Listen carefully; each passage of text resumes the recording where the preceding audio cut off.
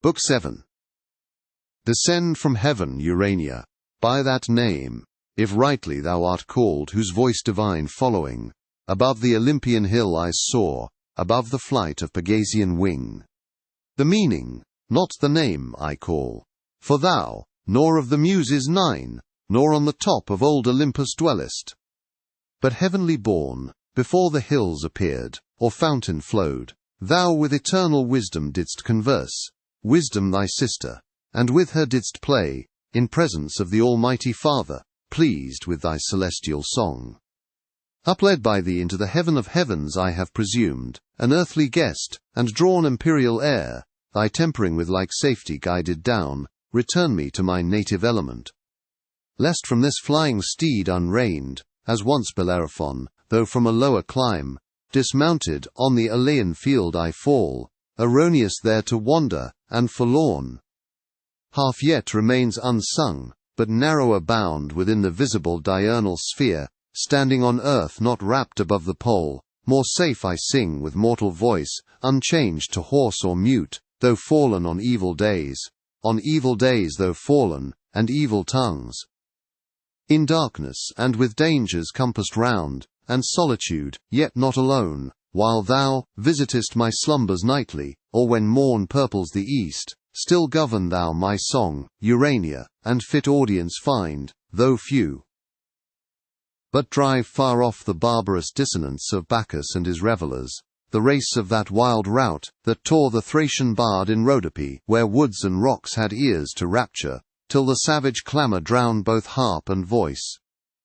Nor could the Muse defend her son. So fail not thou who thee implores, for thou art heavenly, she an empty dream. Say, goddess, what ensued when Raphael the affable archangel had forewarned Adam by dire example, to beware apostasy, by what befell in heaven to those apostates? Lest the like befall in paradise to Adam or his race, charged not to touch the interdicted tree if they transgress and slight that sole command, so easily obeyed amid the choice of all tastes else to please their appetite, though wandering. He, with his consorted Eve, the story heard attentive, and was filled with admiration and deep muse, to hear of things so high and strange. Things, to their thought so unimaginable as hate in heaven, and war so near the peace of God in bliss, with such confusion. But the evil, soon driven back, redounded as a flood on those from whom it sprung impossible to mix with blessedness. Whence Adam soon repealed the doubts that in his heart arose, and now led on, yet sinless, with desire to know what nearer might concern him, how this world of heaven and earth conspicuous first began, when, and whereof created for what cause, what within Eden, or without, was done before his memory. As one whose drouth, yet scarce allayed, still eyes the current stream, whose liquid murmur heard new thirst excites, proceeded thus to ask his heavenly guest. Great things, and full of wonder in our ears, far differing from this world thou hast revealed, divine interpreter, by favour sent down from the Empyrean, to forewarn us timely of what might else have been our loss, unknown, which human knowledge could not reach. For which to the infinitely good we owe immortal thanks, and his admonishment receive, with solemn purpose to observe immutably his sovereign will, the end of what we are.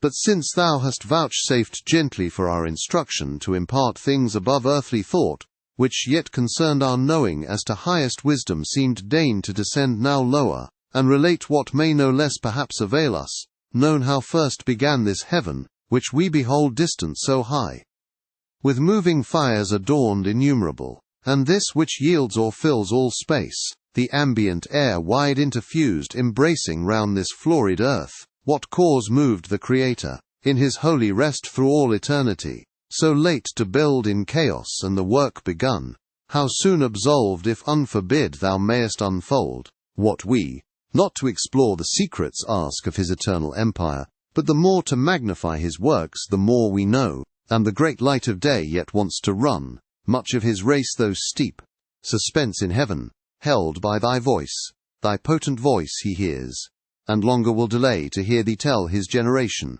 and the rising birth of nature from the unapparent deep. Or if the star of evening and the moon haste to thy audience, night with her will bring silence, and sleep, listening to thee, will watch, or we can bid his absence, till thy song end, and dismiss thee ere the morning shine. Thus Adam his illustrious guest besought, and thus the godlike angel answered mild. This also thy request with caution asked, obtain, though to recount almighty works, what words or tongue of seraph can suffice, or heart of man suffice to comprehend? Yet what thou canst attain, which best may serve to glorify the Maker, and infer thee also happier, shall not be withheld by hearing such commission from above I have received. To answer thy desire of knowledge within bounds beyond, abstain to ask. Nor let thine own inventions hope things not revealed, which the invisible King, only omniscient, hath suppressed in night, to none communicable in earth or heaven. Enough is left besides to search and know.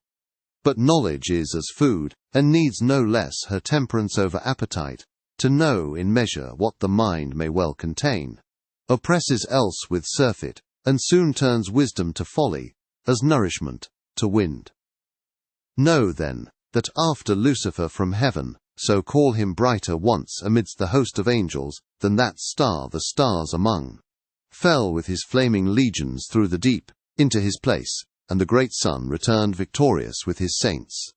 The omnipotent, eternal Father from his throne beheld their multitude, and to his Son thus spake, At least our envious foe hath failed, who thought all like himself rebellious, by whose aid, this inaccessible high strength, the seat of deity supreme us dispossessed, he trusted to have seized, and into fraud drew many, whom their place knows here no more. Yet far the greater part have kept, I see, their station. Heaven, yet populous, retains number sufficient to possess her realms though wide, and this high temple to frequent, with ministries due, and solemn rites.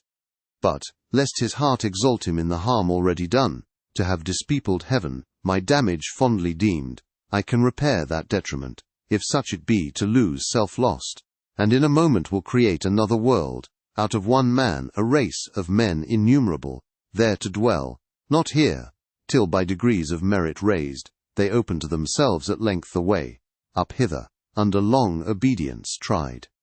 And earth be changed to heaven, and heaven to earth, one kingdom, joy and union without end. Meanwhile inhabit lax, ye powers of heaven, and thou my word-begotten Son, by thee this I perform, speak thou, and be it done. My overshadowing spirit and might with thee I send along, ride forth, and bid the deep, within appointed bounds be heaven and earth. Boundless the deep, because I am who fill infinitude, nor vacuous the space. Though I uncircumscribed myself retire, and put not forth my goodness, which is free to act or not, necessity and chance approach not me, and what I will is fate. So spake the Almighty, and to what he spake his word, the filial Godhead gave effect. Immediate are the acts of God, more swift than time or motion, but to human ears, cannot without process of speech be told, so told as earthly notion can receive. Great triumph and rejoicing was in heaven, when such was heard declared the Almighty's will, glory they sung to the Most High, good will to future men, and in their dwellings peace, glory to him, whose just avenging ire had driven out the ungodly from his sight, and the habitations of the just. To him, glory and praise, whose wisdom had ordained good out of evil to create instead of spirits malign a better race to bring into their vacant room, and thence diffuse his good to worlds and ages infinite. So sang the hierarchies. Meanwhile the sun on his great expedition now appeared, girt with omnipotence, with radiance crowned of majesty divine, sapience and love immense, and all his Father in him shone. About his chariot numberless were poured cherub and seraph, potentates and thrones and virtues, winged spirits and chariots winged from the armory of God, where stand of old myriads, between two brazen mountains lodged against a solemn day, harnessed at hand, celestial equipage. And now came forth spontaneous, for within them spirit lived, attendant on their Lord. Heaven opened wide her ever-during gates, harmonious sound on golden hinges moving, to let forth the King of Glory, in his powerful word and spirit, coming to create new worlds. On heavenly ground they stood, and from the shore they viewed the vast, immeasurable abyss, outrageous as a sea, dark, wasteful, wild. Up from the bottom turned by furious winds, and surging waves as mountains, to assault heaven's height, and with the centre mix the pole. Silence, ye troubled waves, and thou deep, peace, said then the omnific word, your discord end. Nor stayed, but on the wings of cherubim uplifted, in paternal glory rode, far into chaos, and the world unborn, for chaos heard his voice, him all his train, followed in bright procession, to behold creation, and the wonders of his might.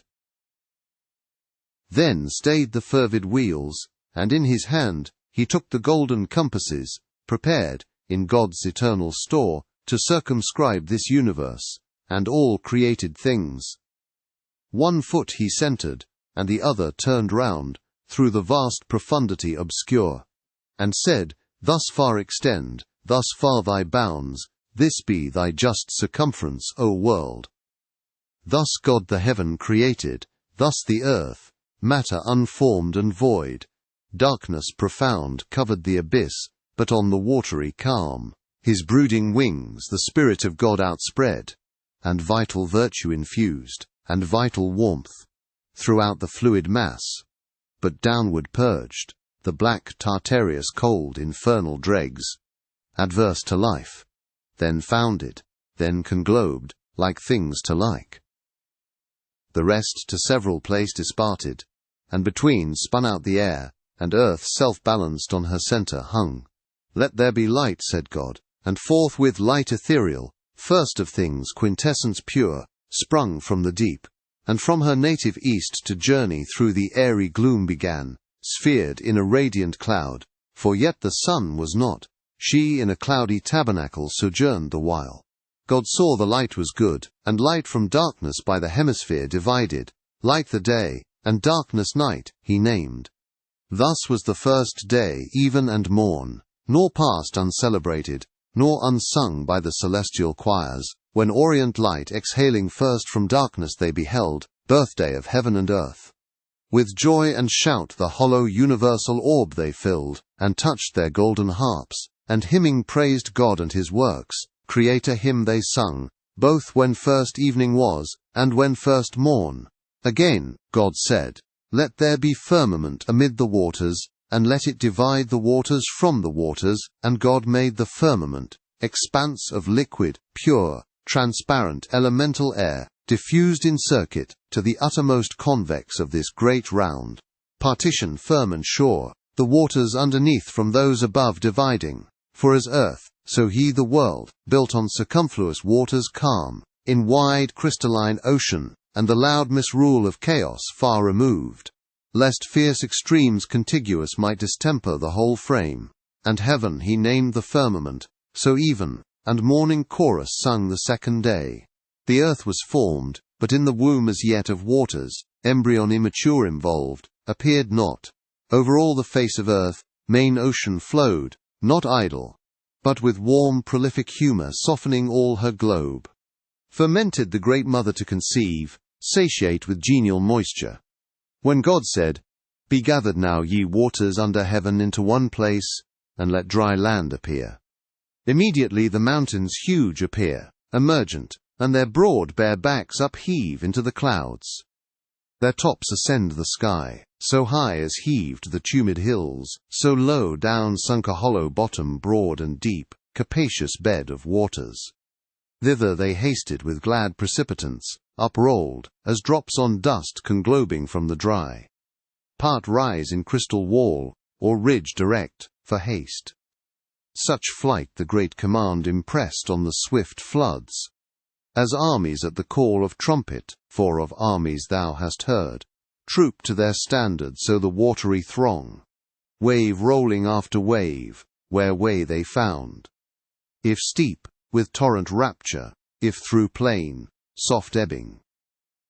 Nor withstood them rock or hill. but they, or underground or circuit wide, with serpent error wandering, found their way, and on the washy Ouse deep channels wore easy, ere God had bid the ground be dry. All but within those banks, where rivers now stream, and perpetual draw their humid train. The dry land, earth, and the great receptacle of congregated waters, he called seas, and saw that it was good, and said, Let the earth put forth the verdant grass, herb yielding seed, and fruit tree yielding fruit after her kind, whose seed is in herself upon the earth. He scarce had said, when the bare earth, till then desert and bare, unsightly, unadorned, brought forth the tender grass, whose verdure clad her universal face with pleasant green. Then herbs of every leaf, that sudden flowered, opening their various colours, and made gay her bosom, smelling sweet. And these scarce blown, forth flourished thick the clustering vine, forth crept the swelling gourd, up stood the corny reed, embattled in her field, and the humble shrub, and bush with frizzled hair implicit. Last rose, as in dance, the stately trees, and spread their branches hung with copious fruit, or gemmed their blossoms.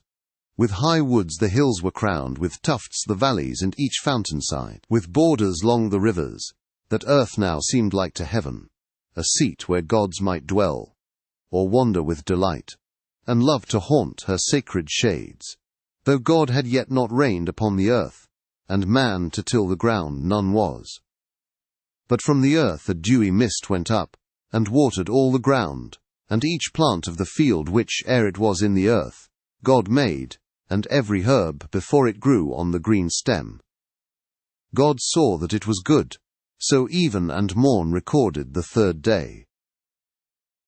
Again the Almighty spake, Let there be lights high in the expanse of heaven, to divide the day from night, and let them be for signs, for seasons, and for days, and circling years, and let them be for lights, as I ordain their office in the firmament of heaven, to give light on the earth. And it was so.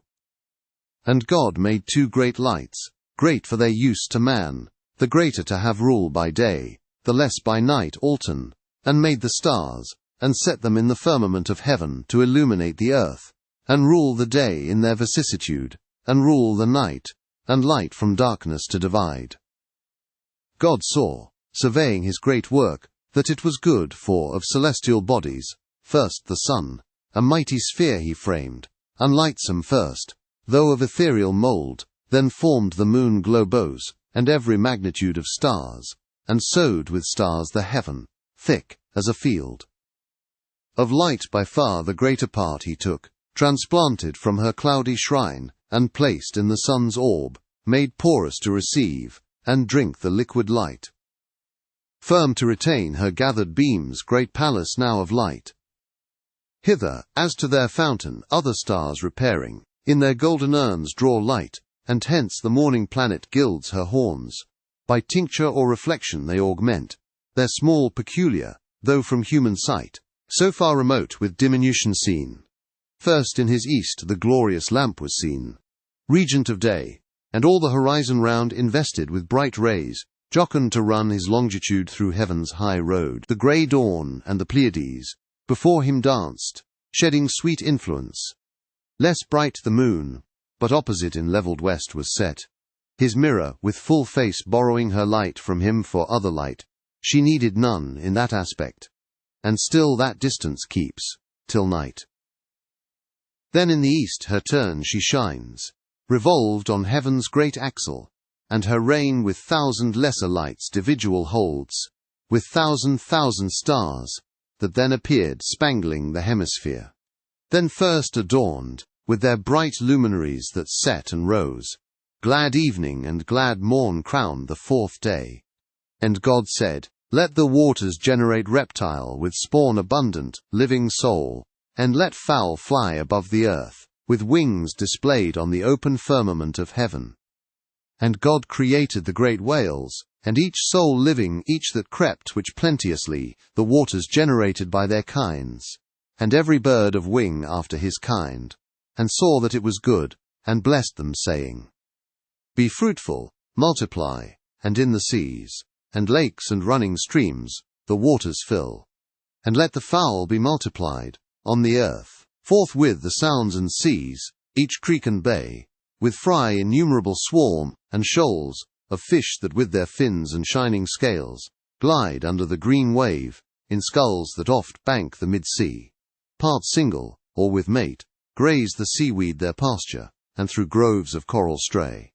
Or, sporting with quick glance, show to the sun their waved coats dropped with gold, or, in their pearly shells at ease, attend moist nutriment.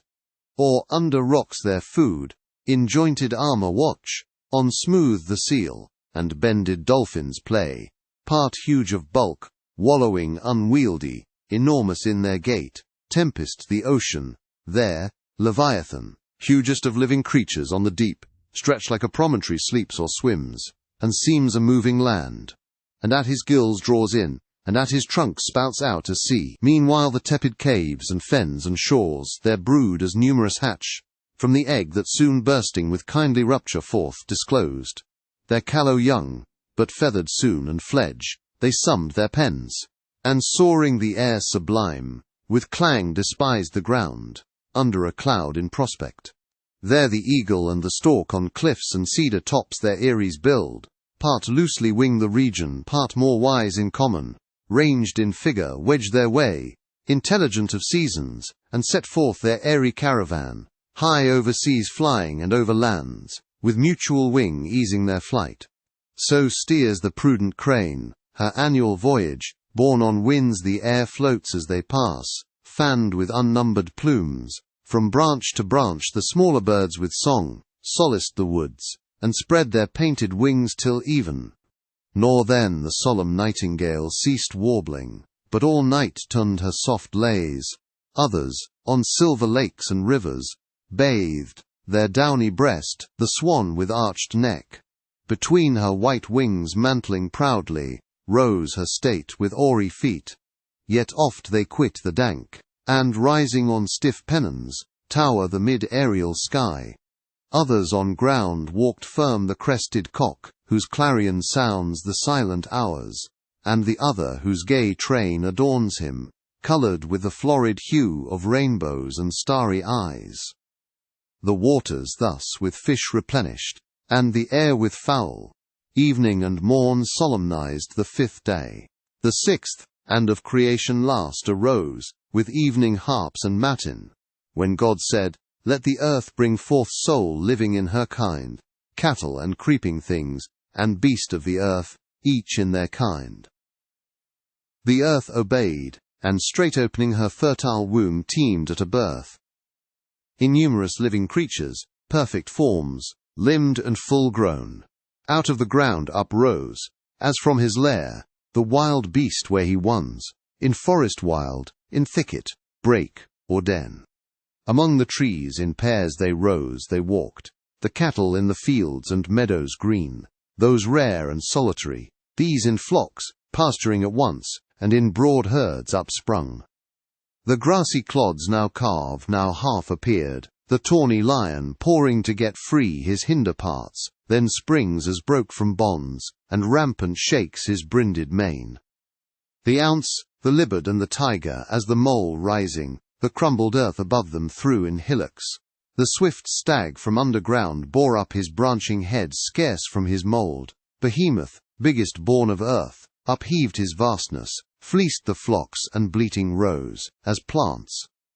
Ambiguous between sea and land, the river horse, and scaly crocodile. At once came forth, whatever creeps the ground, insect or worm, those waved their limber fans for wings, and smallest lineaments exact, in all the liveries decked of summer's pride, with spots of gold and purple, azure and green. These, as a line their long dimension drew, streaking the ground with sinuous trace. Not all minims of nature, some of serpent kind, wondrous in length and corpulence, involve their snaky folds, and added wings. First crept the parsimonious emmet, provident of future in small room, large heart enclosed.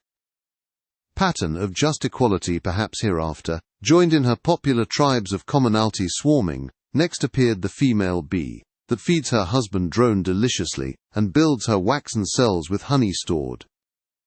The rest are numberless, and thou their natures knowest, and gavest them names, needless to thee repeated. Nor unknown the serpent, subtlest beast of all the field, of huge extent sometimes with brazen eyes, and hairy mane terrific, though to thee not noxious, but obedient at thy call. Now heaven in all her glory shone, and rolled her motions, as the great first mover's hand first wheeled their course. Earth in her rich attire, consummate lovely smiled air, water, earth, by fowl, fish, beast, was flown, was swum, was walked, frequent and of the sixth day yet remained. There wanted yet the masterwork, the end of all yet done. A creature, who, not prone and brute as other creatures, but endued with sanctity of reason, might erect his stature, and upright with front serene, govern the rest, self-knowing.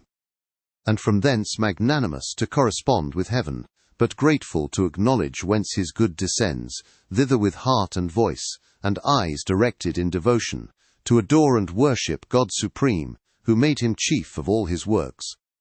Therefore the omnipotent eternal Father, for where is not he present, thus to his Son, audibly spake, Let us make now man in our image, man in our similitude, and let them rule over the fish and fowl of sea and air, beast of the field, and over all the earth, and every creeping thing that creeps the ground.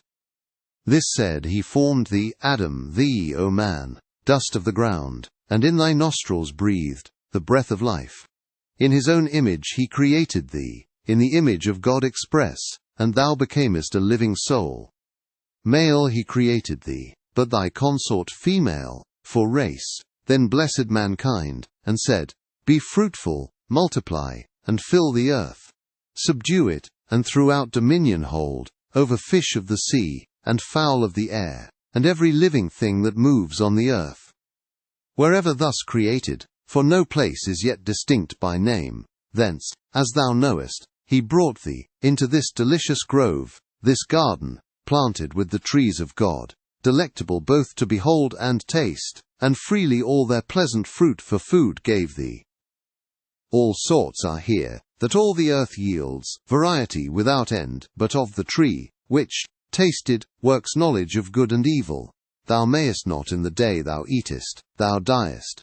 Death is the penalty imposed, beware, and govern well thy appetite, lest sin surprise thee.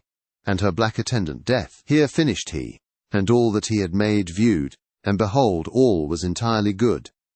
So even and morn accomplished the sixth day. Yet not till the Creator from his work desisting, though unwearied, up-returned, up to the heaven of heavens, his high abode. Thence to behold this new created world, the addition of his empire, how it showed in prospect from his throne, how good, how fair, answering his great idea.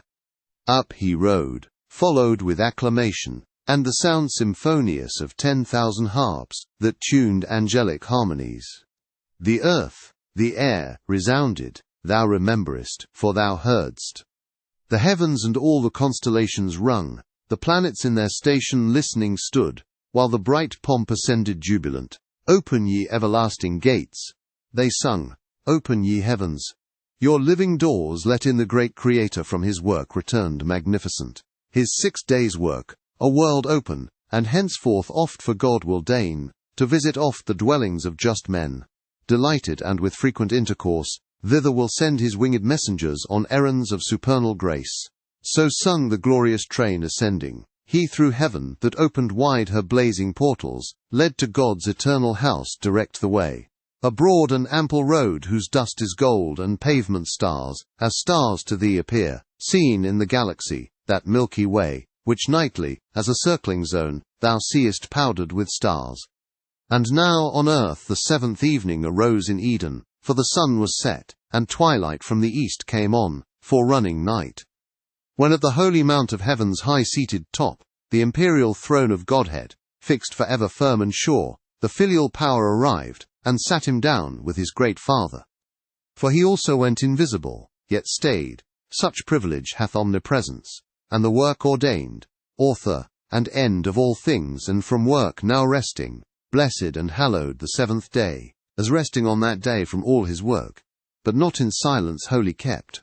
The harp had work, and rested not. The solemn pipe, and dulcimer, all organs of sweet stop, all sounds on fret by string or golden wire, tempered soft tunings, intermixed with voice, choral or unison, of incense clouds, fuming from golden censers hid the mount. Creation and the 6 days' acts they sung. Great are thy works, Jehovah, infinite thy power. What thought can measure thee, or tongue relate thee? Greater now in thy return than from the giant angels. Thee that day thy thunders magnified, but to create is greater than created to destroy. Who can impair thee, mighty King, or bound thy empire? Easily the proud attempt of spirits apostate, and their counsels vain, thou hast repelled, while impiously they thought thee to diminish, and from thee withdraw the number of thy worshippers. Who seeks to lessen thee, against his purpose serves to manifest the more thy might. His evil thou usest, and from thence createst more good. Witness this new-made world, another heaven from heaven gate not far, founded in view on the clear hyaline, the glassy sea of amplitude almost immense, with stars numerous, and every star perhaps a world of destined habitation. But thou knowest their seasons. Among these the seat of men, earth, with her nether ocean circumfused, their pleasant dwelling place. Thrice happy men, and sons of men, whom God hath thus advanced.